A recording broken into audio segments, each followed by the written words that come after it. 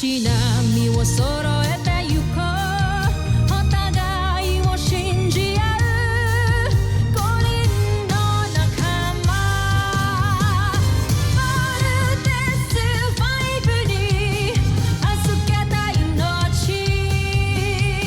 飛ぶぜ宇宙の果てまでもみんなの笑顔ももう近い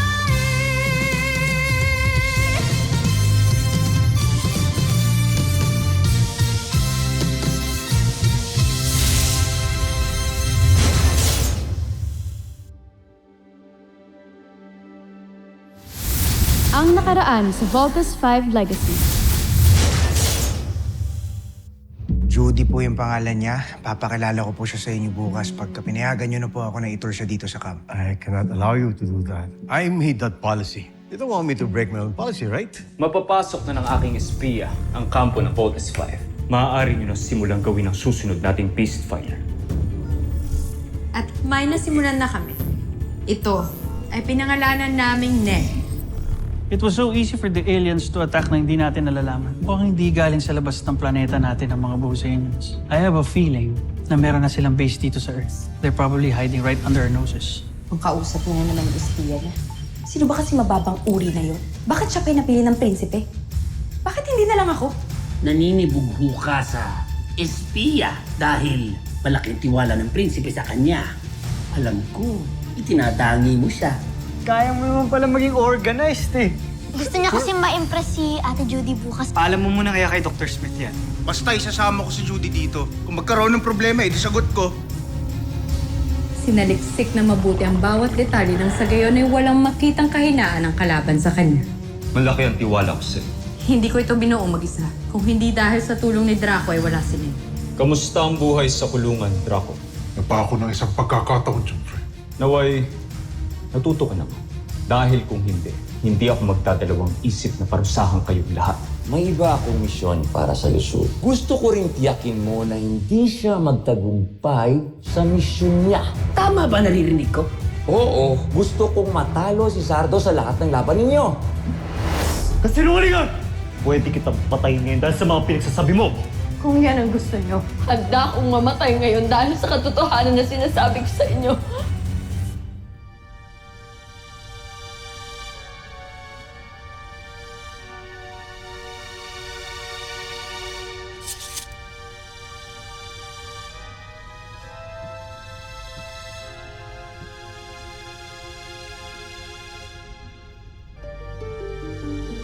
Tumayo ka.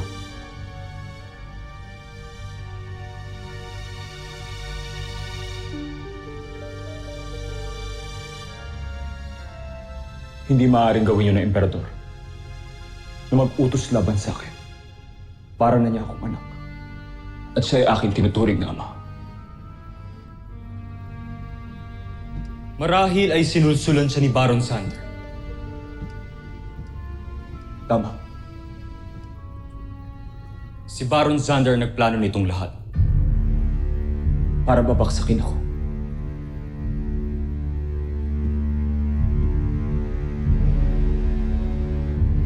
Mangako ka sa akin. Nashmi, na magtatagumpay tayo. At sa gayon hindi magtagumpay si Baron Sander sa kanyang mga plano. Napalitan ako. Pinapangako ko, John. Ngunit, paano si General Zul?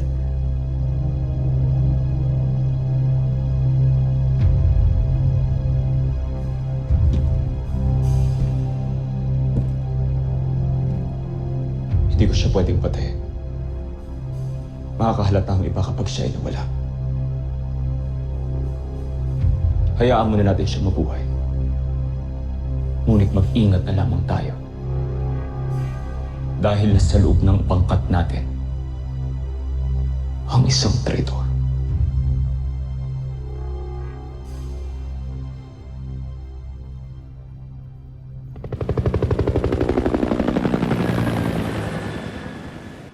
lalo nung pinagkaiba ang Camp Big Falcon sa ibang mga offices. I mean, you know, may mga empleyado rin naman kami. But we are the best of the best. Of course. Ate Judy, alam bang magaling ako inventor? Gusto mo makita mga invention ko? Tara sa room ko, tara. Sige, teko lang. Mamaya na yan. Saan ba natin pwedeng dalhin si Judy? Anong meron dyan? Judy, meron kami mga areas dito na hindi pwedeng pakita sa'yo. And that's one of them. I'm sorry, but off limits. So, saan natin pwede pasyal si Judy? How about sa office si Dr. Smith? Alam niya bang pupunta siya? Di, wag na doon. Alam naman ni Dr. Smith na pupunta si Judy. Kaso lang, busy si Dr. Smith, di ba, Kuya Bert? Sino si Dr. Smith? Commander and Chief Scientist ng Camp Big Falcon. Really, really great guy. Tara, he's a great Hindi, person. busy yun. Ganito na lang. Nagugutom ka na? Medyo. Sige, punta na lang tayo doon sa mess hall. Kakain tayo. Sige, pero pwede ba muna mag-CR ako? Saan ba? Ay, meron dun sa may pool deck. If you want, samahan kita. No. It's okay. Mabilis lang ako. Mamaya kita tayo. Salamat, Okay. Bye. Tingnan mo. Ako.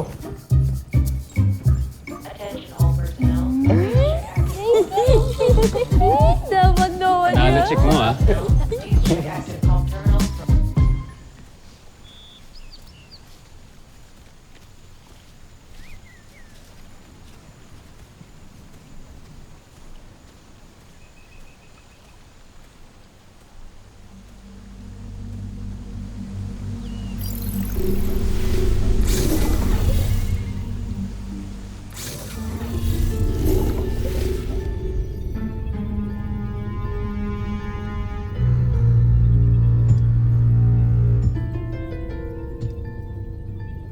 Iwan niyo muna kami.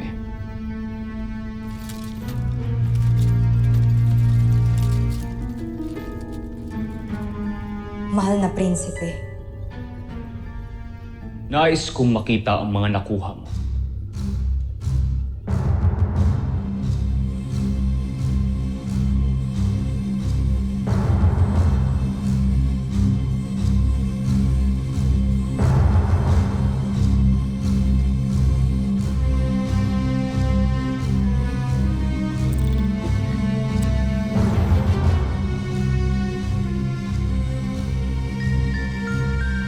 Ngayon, mapag-aaralan ko na kung paano mapapabaksak ang kampo ninyo, Voltes 5.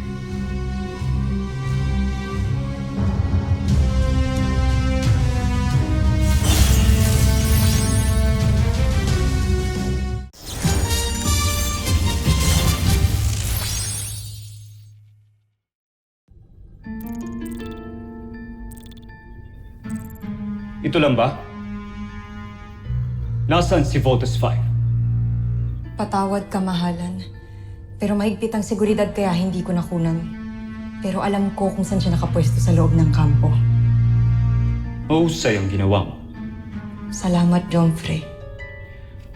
Pero nais kong samantalahin mo ang pagkakataong ito. Alamin mo kung sino ang mga piloto ng Voltes 5. Kilalanin mo sila. Alamin mo ang mga kahinaan nila. Ang impormasyong makukuha mo ang magdadala sa atin ng hinahangad kong tagumpay. At kapag nakuha mo ang impormasyong kailangan ko, bibigyan kita ng pahintulot na bumalik dito. Kahit kailan mo naisip. Masusunod, mahal na prinsipe.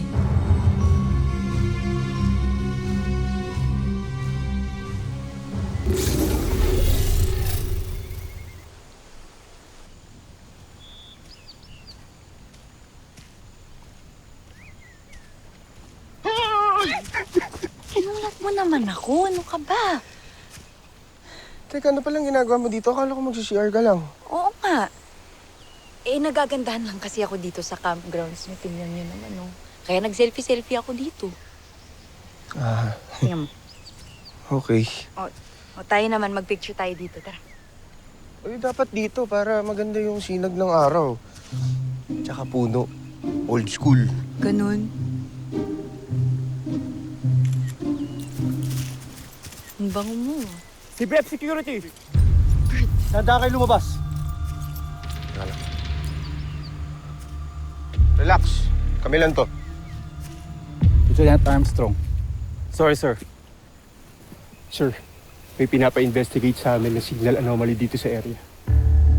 May napansin ba kayo? Wala naman. Judy, ikaw. Hindi napansin ka ba? Signal anomaly? Ano po ba yun? Baka wala dito. Sa ibang area na lang kayo mag-search. Salamat. Tara. Di, tsaka kanina pa kasi naghihintay si Kuya Steve sa viewing deck. Kakain tayo. Na naman. Oh, syempre.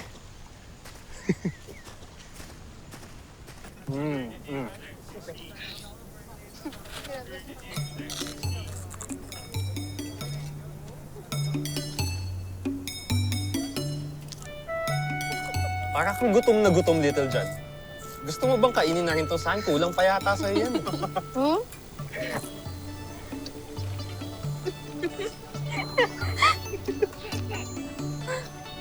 Nagagawin pa kasi kami ni Octo One. Upgrade namin yung Mikasa kasi sasali ako sa pinakasikat na toy ship sailing contest. Ga! Bad trip mo kayo. Bad niyo. Uy, Little John! Binibiro ka lang ng mga kapatid mo. Sige na. Gawin mo na yung project mo, ha? Bye, Ate Jamie. Nice to meet you, Ate Judy. It's nice to meet you. Bye, Little John. Bye. Halika na, ha? Kulit talaga ni Bunso, no? Judy, ano? Nag-enjoy ka ba sa food? Pati sa tour, ano ka ba? Grabe pala, no, ang daming nagtatrabaho dito. Lahat parang importante yung ginagawa. Everybody has their own responsibility na kailangan gampanan. Hindi tatakbo na maayos ang camp pag wala ang isa.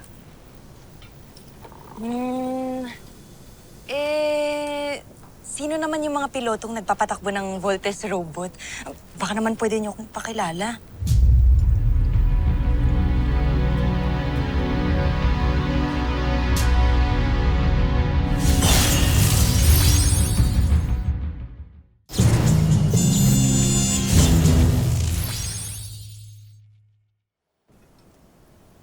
Bakit mo naman gusto malaman yung Judy?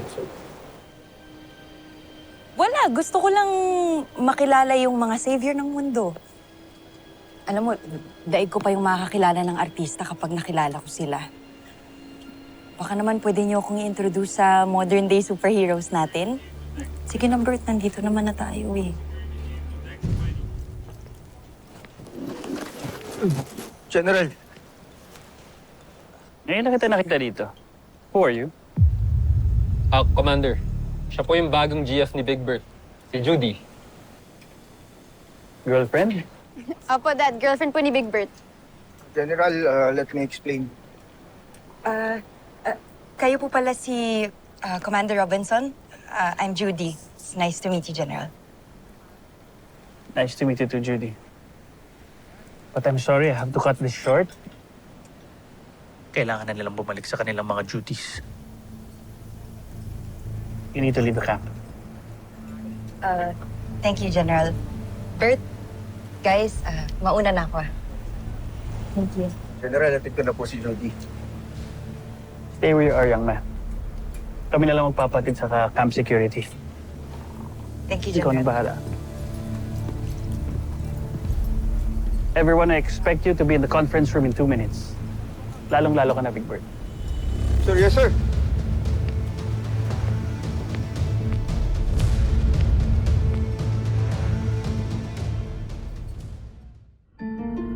Mahalagang impormasyon ito, Joffrey. Dahil dito, matutuklasan natin ang kahinaan ng kanilang kampo. Gagamitin namin ito na General Draco upang palakasin ang ating beast fighter na si Lee. Tingnan natin kung mabigo pa tayo. Wawasakin natin sila bago pa sila maipagtanggol ni Voltes.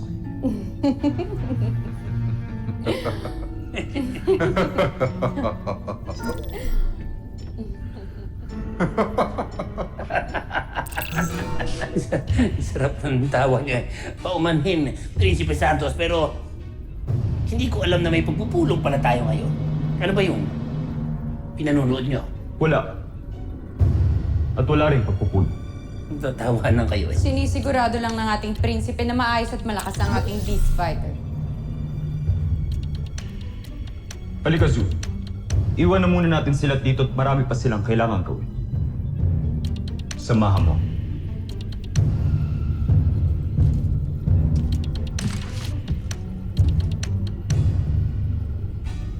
Zul!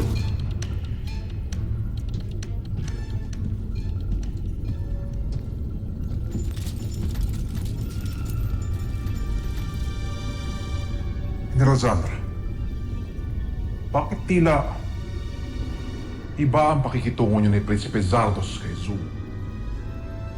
Utos ito ng ating prinsipe. Sumunod ka na lamang. Utos? Anong utos?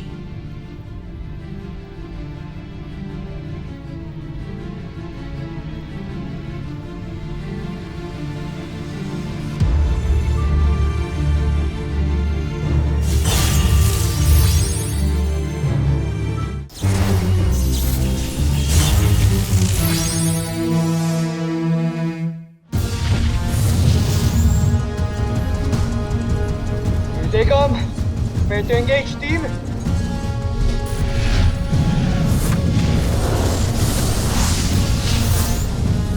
Love boomerang! Bomber missile!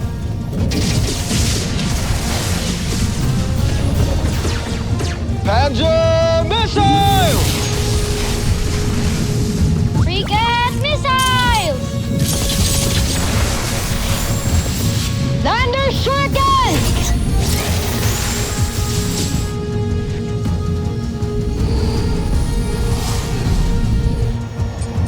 They're bugging out. Uy, bumalik kayo dito, mga duwag! Saan kaya galing yung mga yun? Bigla na lang nagpapakita. Tama nga si Daddy sa sinabi niya sa briefing niya. The Bosanians are already here with us on Earth. Octo 1, dapat lagi kang alert sa mga Bosanian, ha? Copy, Little John. Basta ang mahalaga, the threat has been neutralized for now. Good job, team. Go back to camp.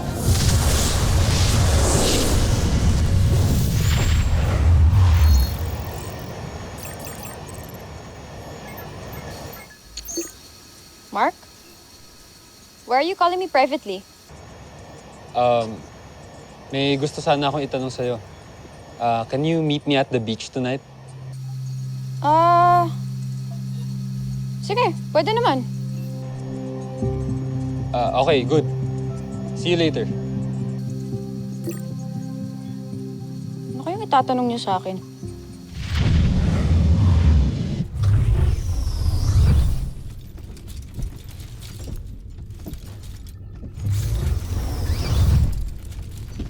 Pinapahanga talaga ako ni Zandra at Draco sa mga nilikha nilang beast fighter. Gusto talaga nila magwagi tayo labang kay Voltes 5. Pagkakatiwalaan ko talaga sila.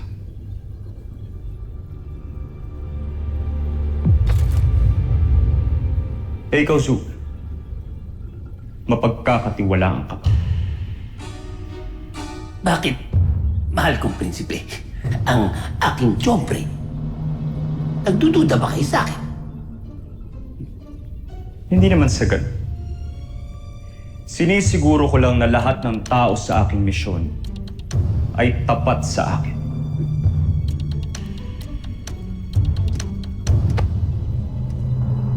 Alam mo ba kung anong ginagawa ko sa mga traitor, Zul? Pinapatay ko sila. Na kahit sarili kong ama ay hindi ko pinatawad. Kaya humanda sa akin ang susubok na baliktarin at traitorin ako. Magpahinga ka na, Zul. Mukhang iba yata ang timpla ng iyong pagmumukha ngayon. Ayoko namang may mangyaring masama sa iyo. Ako rin, Jompre. Ayoko rin may mangyari sa akin masama. Sa inyo.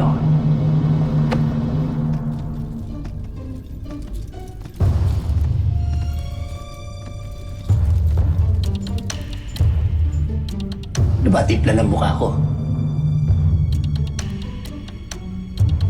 Halata yata eh.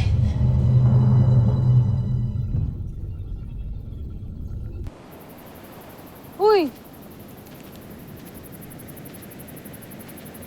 Jamie. Ayun na ba ni Steve? Ano? Anong kamay na ni Steve? Okay.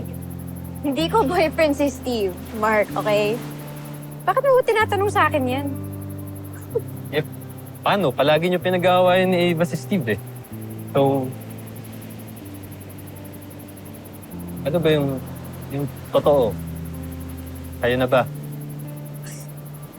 Okay. Una sa lahat, Mark, kami ni Steve, we're friends, okay? Childhood friends pa kami. Pangalawa, we're teammates. Parang tayo. Yun lang yun, okay? Hindi kami mag-boyfriend, kaya... Okay na ba yung sagot ko? Oo. Naka na nga. Una na ako, ah.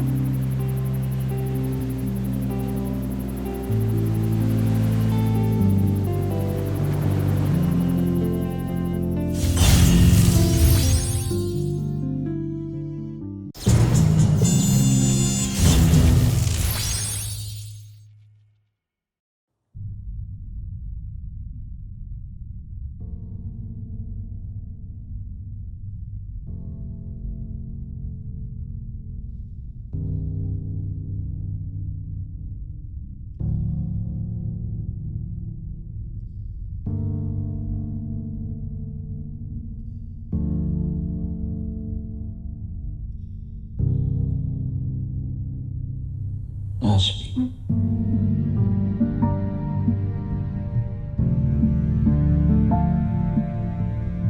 Mukhang maganda ngayong gising, Jompre. Nanaginip ako. Isang magandang pangitain. Nakita ko ang sarili ko na pinamumunuan ng paglusob sa mga rebelde. Isa-isa ko silang pinapatay habang pinapanood ako ng emperador.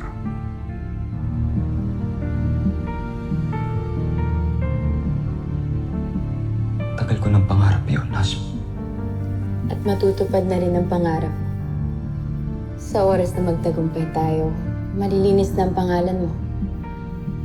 At pagkatapos nun, ikaw na ang susunod na hihiranging emperador ng Luzon.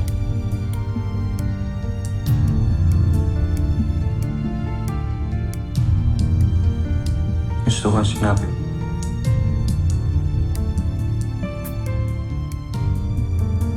Kaya kailangan na natin manalo. Para mismo ang mga taga-Busan ang maglagay sa akin sa throne.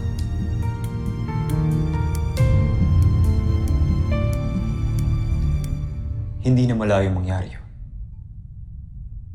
Malapit ko nang matalo ang mga kalaban sa tulong ng aking espiya.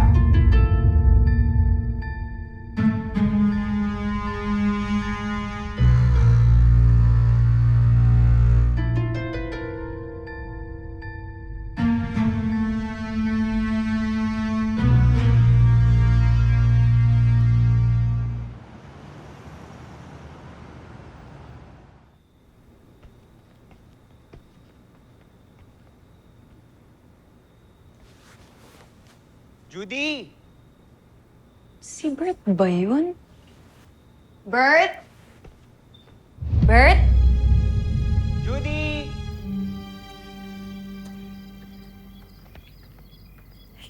Hi!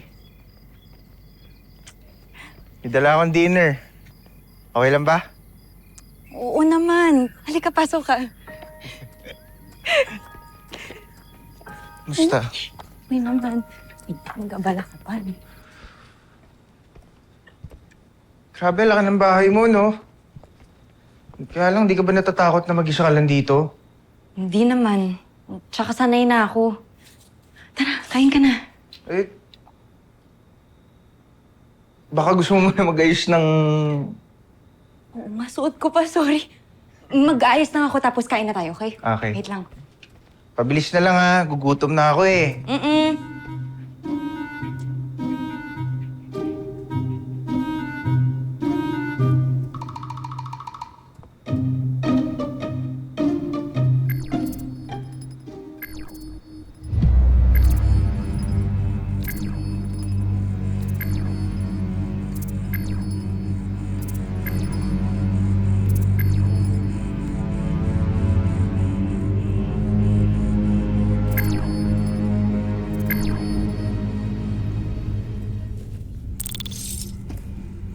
Kanino ko pa hinihintay ang tawag?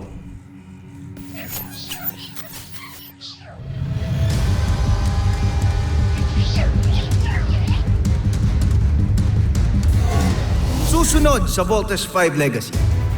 Hindi ba't matagal na nating nabuwag ang hinagsikan? Ikinalulungkot kong ibalita na may bago na namang banta sa inyong imperyo, Kamahalan. Sino ang namumuno sa kanila? So bawal pumunta si Judy dito. Tapos ngayon, pinagbabawalan mo rin ako pumunta sa kanya sa mainland. Magre-resign na ako! Big Bird! Sasali niya to sa sailing competition. Panigurado, champion to si Little John. Talino to eh. Kaya mag-leave kayo ni Kuya Bert ha. Kailangan nandun kayo. Nagkasundo na tayong dalawa. Pero Kamahalan, hindi ko na talaga kayang pinapagawa ninyo. Huwag kang padalos-dalos, Big Bird. I already made up my mind, sir. Are you doing this because of Judy? Ginagawa ko to para sa sarili ko. I want to live a normal life, kaya please, hindi na akong pigilan. Hey! Gagawin mo ba ang pinapagawa ko sa'yo? Sumagot ka! Gagawin ko na po ang gusto ninyo, Kamahalan.